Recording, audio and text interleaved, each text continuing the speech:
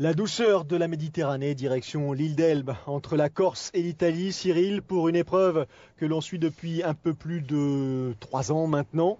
C'était cette année la 8e édition du fameux Elbaman. Ouais, L'Elbaman, bien calé dans le calendrier au mois de septembre.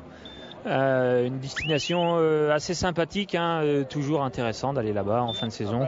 On avait déjà vu les victoires françaises à l'Elbaman.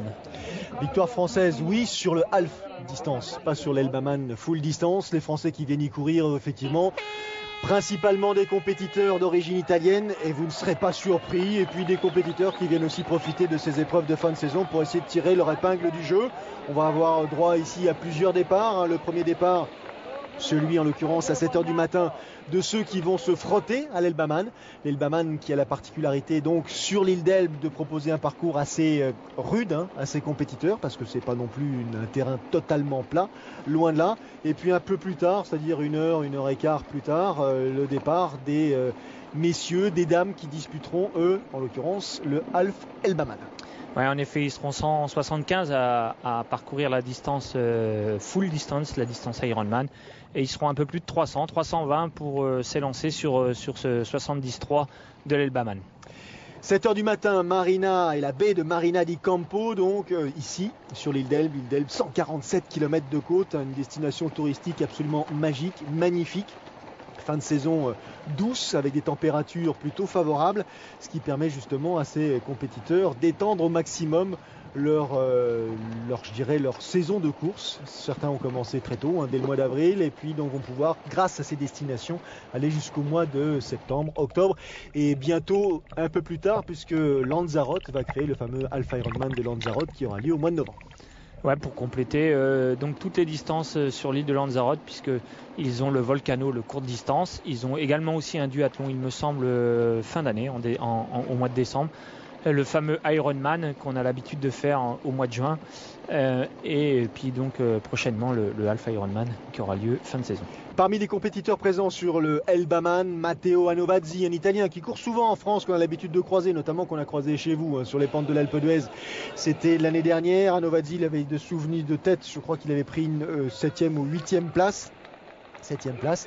Et puis d'autres compétiteurs, notamment Francisco Pantano en gros plan en l'occurrence, qui est le premier à sortir de l'eau à l'issue du premier tour, parce qu'il y a 2 tours à effectuer. Ouais, une sortie à l'australienne, donc 2 boucles en natation, donc ça permet donc aux spectateurs de voir les athlètes, mais surtout à tous ces athlètes de pouvoir faire un peu le point où ils en sont dans leur course et pourquoi pas remettre les lunettes et les bonnets si jamais celles-ci ont bougé.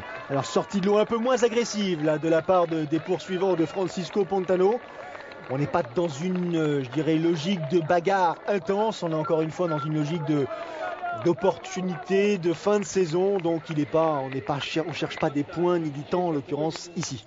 Non, on cherche pas des points, on cherche pas des temps, et puis il faut savoir que le parcours vélo est quand même assez compliqué sur cette full distance. C'est un parcours vélo très vallonné, donc voilà, on se réserve sur cette partie natation pour la fin de ce parcours, pour le parcours cycliste et derrière le marathon, bien évidemment. Monica Stallman est la première de ces dames à sortir de l'eau à l'issue du premier tour, donc des 2 tours à effectuer pour couvrir les 3 km 8 de natation.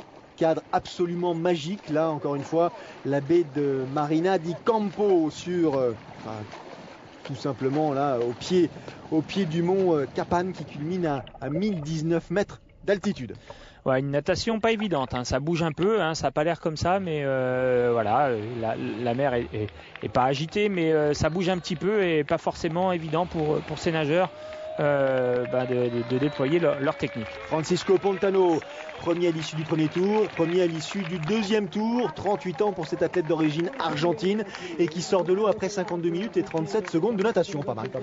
Ouais, c'est un bon temps, parce qu'on l'a vu, ça bougeait un petit peu, il était tout seul, donc pas évident de relancer par la machine par moment, donc plutôt un bon temps et surtout il a commencé déjà à faire un petit écart sur ses poursuivants. Et une transition comme on les trouve par endroits, c'est-à-dire à Alcatraz, à Pékin, parfois même à Hawaï en Chine, c'est-à-dire assez éloigné de la sortie de l'eau. Ouais, une sortie assez longue, donc il avait choisi de garder un petit peu sa combinaison, il a retiré loin de cette sortie de l'eau pour ensuite donc voilà se préparer pour pour la partie cycliste. Francisco Pantano, vainqueur de l'Ironman de Lake-Placid, c'était en 2009. Il a pris une 9e place à Hawaï en 2005 et cette année, à 38 ans, il continue à performer puisque sur des distances sprint, Francisco Pantano a enregistré 2 victoires récemment. Donc c'est encore un athlète sur lequel il va falloir compter.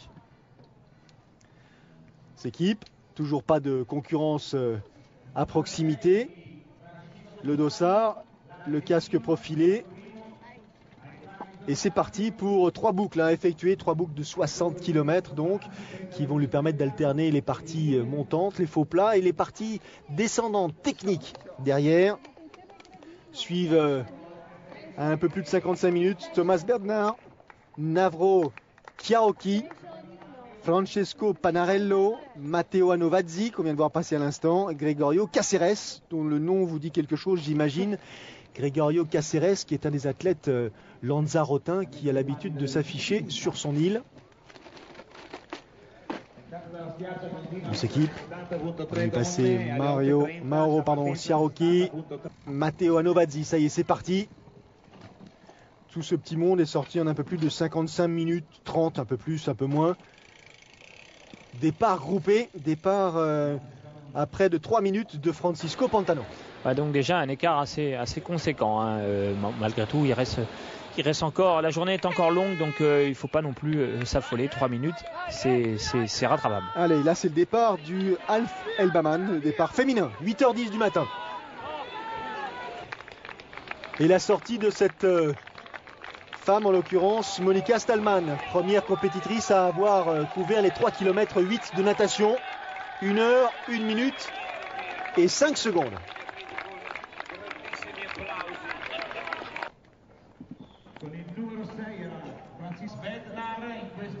Transition, on suit la préparation des concurrents. Rien d'exceptionnel. Une sortie de parc un peu étroite, hein, donc il faut être vigilant. Monica Stallman, connue pour être assez efficace en course à pied. Un top 5 sur distance Ironman à son actif, c'était lors de l'Ironman de Grande-Bretagne en 2008. Elle a pris cette année la 3e place d'un des Tristar organisés.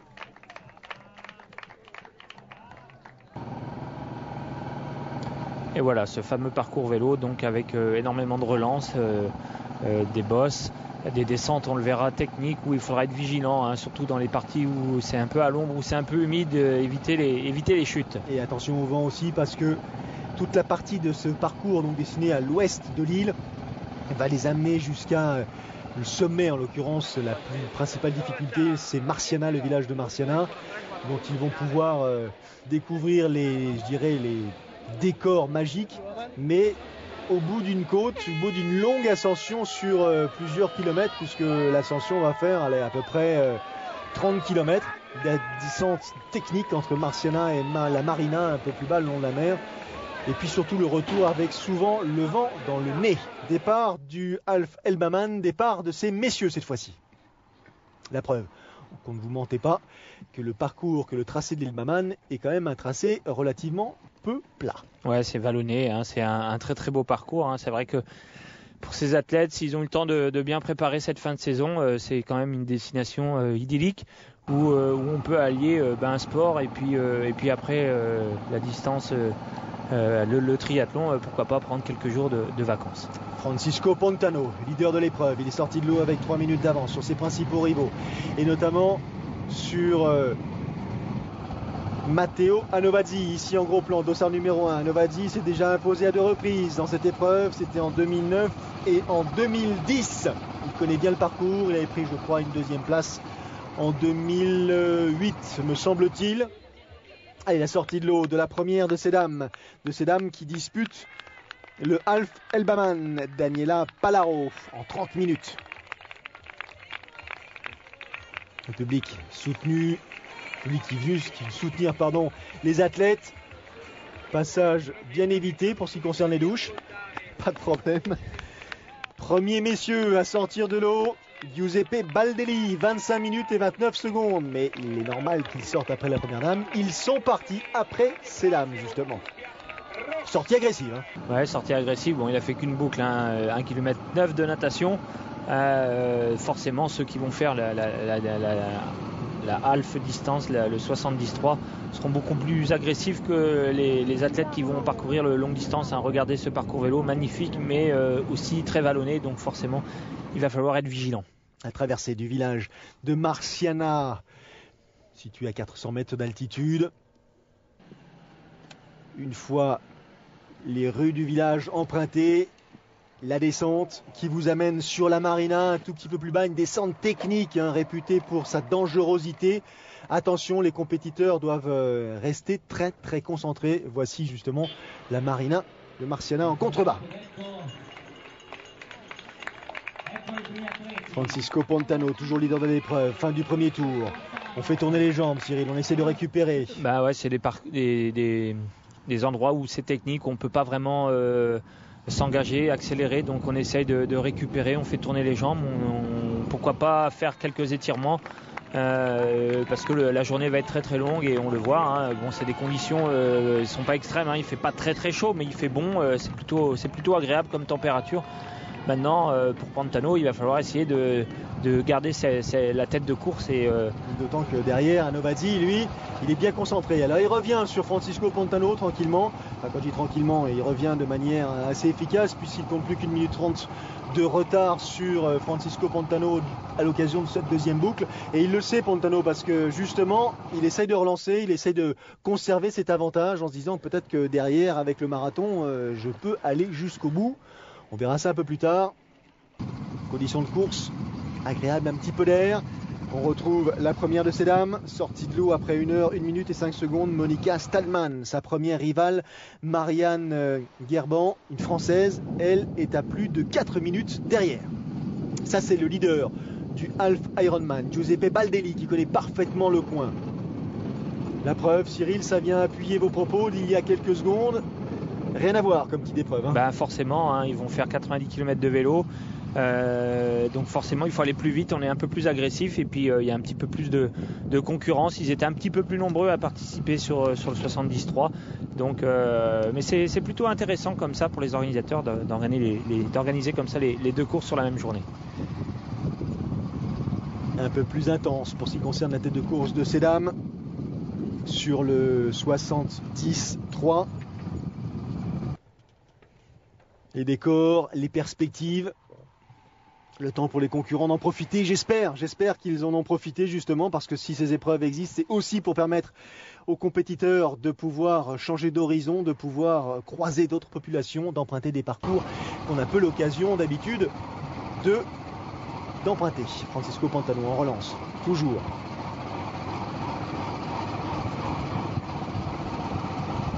Trois boucles de 60 km à effectuer.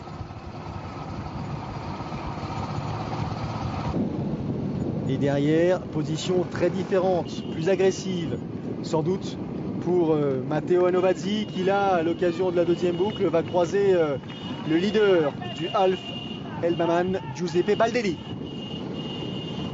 On passe dans le village de Marina di Campo. Ouais, il faut être vigilant là, c'est assez étroit. Novazzi prend quand même quelques risques.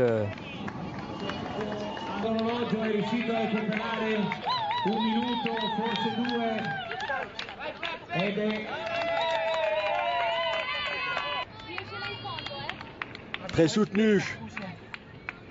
Enchaînement avec les 21 km à pied au programme de cette Half Elbaman.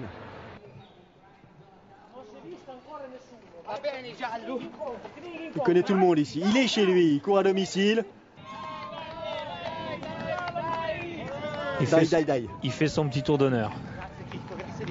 Alors là, je vous ai présenté, donc c'était mon frère, il y a mon oncle, il y a mon cousin. En tout cas, il pratique la course à pied avec aisance. Les poursuivants derrière, deuxième position. Reto Baumgartner, Matteo Perlini.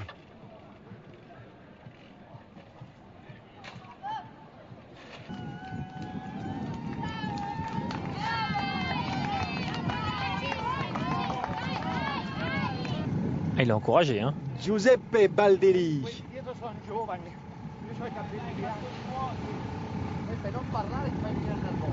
C'est la preuve qu'il va bien, c'est la preuve qu'il maîtrise son rythme. C'est la preuve qu'il est italien aussi. Et derrière, on va essayer de revenir progressivement sur Giuseppe Baldelli pour contrecarrer ses perspectives de victoire. Pas tout à fait la même foulée. Cependant, première de ces dames, Daniela Palaro, qui elle aussi attaque le semi-marathon en tête de la compétition. Attention, ça revient derrière. En la personne de Laura Pedersoli et de Sara Dossena. Ouais, pensez à bien s'hydrater, bien se rafraîchir. Hein, et les conditions ne sont pas extrêmes, mais on a vite fait d'avoir un petit coup de chaud sur ce genre de parcours. Hein. C'est des parcours vallonnés, on l'a dit, hein, donc c'est pas forcément évident. Donc les athlètes qui prennent le temps de s'asperger. Et oui, Laura Pedersoli est passée devant Daniela Palaro, qui a quelques difficultés là. Je ne sais pas si vous avez remarqué, la crampe, elle est sonore et du coup elle n'est plus deuxième, elle est désormais troisième, puisque entre-temps Sara Dossena, que l'on suit, est désormais en deuxième position. Ouais, et puis au moment où elle a doublé son adversaire, hein, elle rajoute une petite couche, elle accélère pour justement s'éloigner et se confondre avec ses autres concurrents, de façon à ce qu'elle ait plus de points de mire. Sara Dossena qui a pris le meilleur sur Laura Pedersoli à quelques hectomètres de la ligne d'arrivée. Allure très différente. Pedersoli qui avait réalisé un très bon vélo, hein, qui avait pris presque 8 minutes à Sara Dossena, mais qui elle court en fait beaucoup plus vite que son adversaire, et ça se voit. Elle n'a pas pu s'accrocher. Hein. Direction la ligne d'arrivée, la victoire pour Sara Dossena. Le temps qu'elle réalisera, 5h25 minutes. Fin de parcours pour le héros de cette Half Elbaman, Giuseppe Baldelli, en tête depuis la sortie de l'eau. Personne n'est venu embêter Giuseppe. Voilà, ils s'embrassent. Parfait, il a même le temps de profiter, mais grandement, de ce franchissement. Ah, il y a toute la famille, c'est fabuleux. Fabuleux. Il court à domicile. Toute la famille est venue saluer la performance de Giuseppe Baldelli. 4h52 minutes et 18 secondes.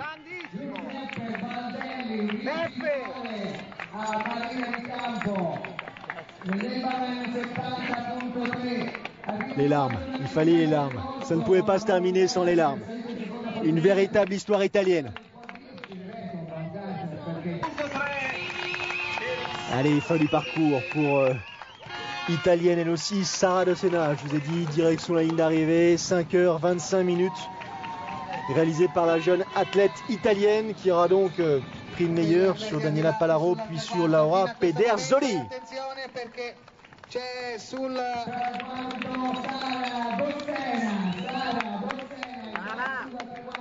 Elle a été jusqu'au bout. Hein. Ah, je suis ravi, je suis très heureux, j'ai passé une excellente journée, ça a été un parcours que je connais bien, mais c'est vraiment un des parcours les plus séduisants d'Italie. Et bien sûr ici je suis vraiment à domicile, donc j'en ai profité. Bien sûr, moi aussi je suis très heureuse, on s'imagine. Hein. Voilà, et donc elle a bien récupéré, elle a fait le nécessaire pour gérer sa course et garder suffisamment de force pour s'imposer lors des derniers kilomètres du semi-marathon. Ça, c'est pour le fameux Half Elbaman ou le Elbaman 73. Les temps, le Suisse deuxième position à un peu plus de 1 minute 10 du vainqueur. Les écarts entre ces dames, 1 minute 40 là aussi entre la première et la deuxième. Les 8 premières sont italiennes. Allez, retour au full distance. Et le premier à pénétrer dans l'aire de transition, ce n'est pas Francisco Pantano, mais c'est Matteo Anovazzi, Cyril. Matteo Anovazzi qui a, dans le dernier tour, vélo, a pris les commandes de la course. Il est habitué, hein, il a déjà gagné 2 fois ici. C'est une course qu'il fait régulièrement. Donc à lui maintenant d'aller chercher cette 3e victoire. Allez, c'est parti. Le parcours pédestre, lui, il propose aux coureurs 5 boucles 5 boucles donc, un peu plus de 8 km par boucle, de façon à profiter du village de Marina di Campo, de son public, de l'engouement de cette épreuve qui fêtait, je vous le rappelle, sa 8e édition cette année. Le temps de Matteo Anovazzi sur le parcours cycliste, 5h41, 40 minutes et 41 secondes. Le temps réalisé par Francisco Pontano sur le même parcours, 5h50 minutes. Ouais, ça doit être natation plus vélo. C'est natation plus vélo, vous avez raison. 10 minutes donc. Le voici Francisco Pontano en 2e position. Il court bien malgré tout, mais il a du mal à revenir sur la tête de course. Et une belle bagarre entre ces deux athlètes. 3e position, c'est Gregorio Cáceres qui pour l'instant est installé à cette place. Gregorio Cáceres qui a décidé d'arrêter sa carrière d'athlète professionnel cette année. Et il a terminé par une victoire assez particulière à Lanzarote, son île. Il a remporté le double Enduroman qui équivaut tout simplement à courir 2 distances Ironman consécutivement. Il a mis 22h33 minutes pour couvrir l'affaire.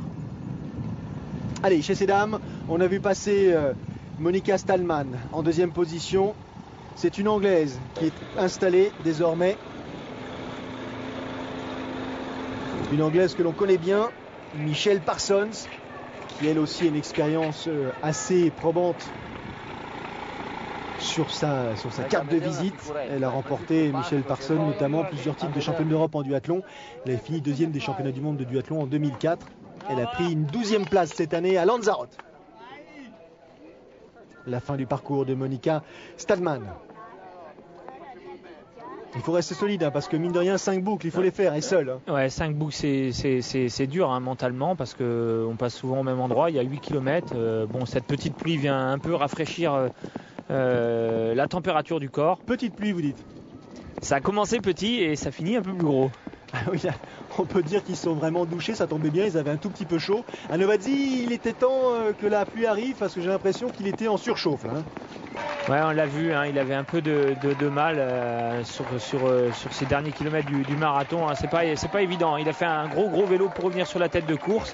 Et voilà, il finit cette full distance de l'Elbaman pour cette 3e victoire. 3h13 minutes pour couvrir le marathon, pas mal hein. C'est pas mal hein, parce que 5 boucles, hein, c'est pas évident à gérer hein, 5 boucles. Hein, donc 3h13 c'est plutôt intéressant, surtout que le parcours vélo, on l'a déjà dit, n'était pas si évident que ça. Le temps total, 9h54-28, ça vous donne une idée de la difficulté du parcours. Nouvelle victoire, la 3e pour Matteo Anovazzi, qui a pris une 8e place à Embrun cet été.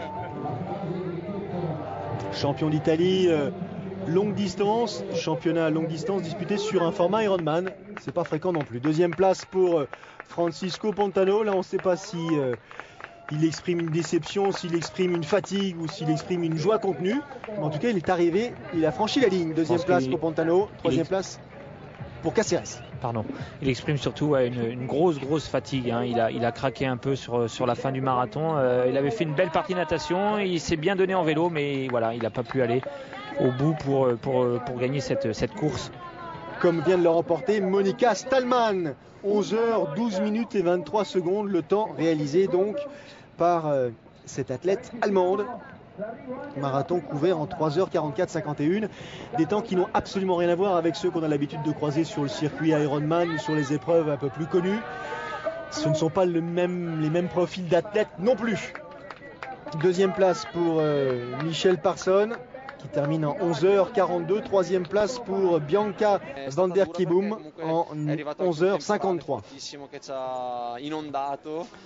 Il nous parle de la fin de la course, effectivement, Matteo Anovazzi, les difficultés de courir dans cette eau qui s'est abattue subitement sur la course. Mais il s'est bien senti pendant le parcours cycliste, d'ailleurs ça s'est vu, ça se voyait, il gérait bien son épreuve. Peut-être un petit coup de chaud sur le parcours pédestre, mais il a dû lutter et c'est aussi au prix de cette lutte qu'il a enregistré cette 3e victoire ici sur ce fameux Elbaman. Think Elle n'en revient pas. Elle n'avait jamais imaginé pouvoir s'imposer sur ce style d'épreuve. Et c'était effectivement une très belle et heureuse surprise pour Monica Stadelmann.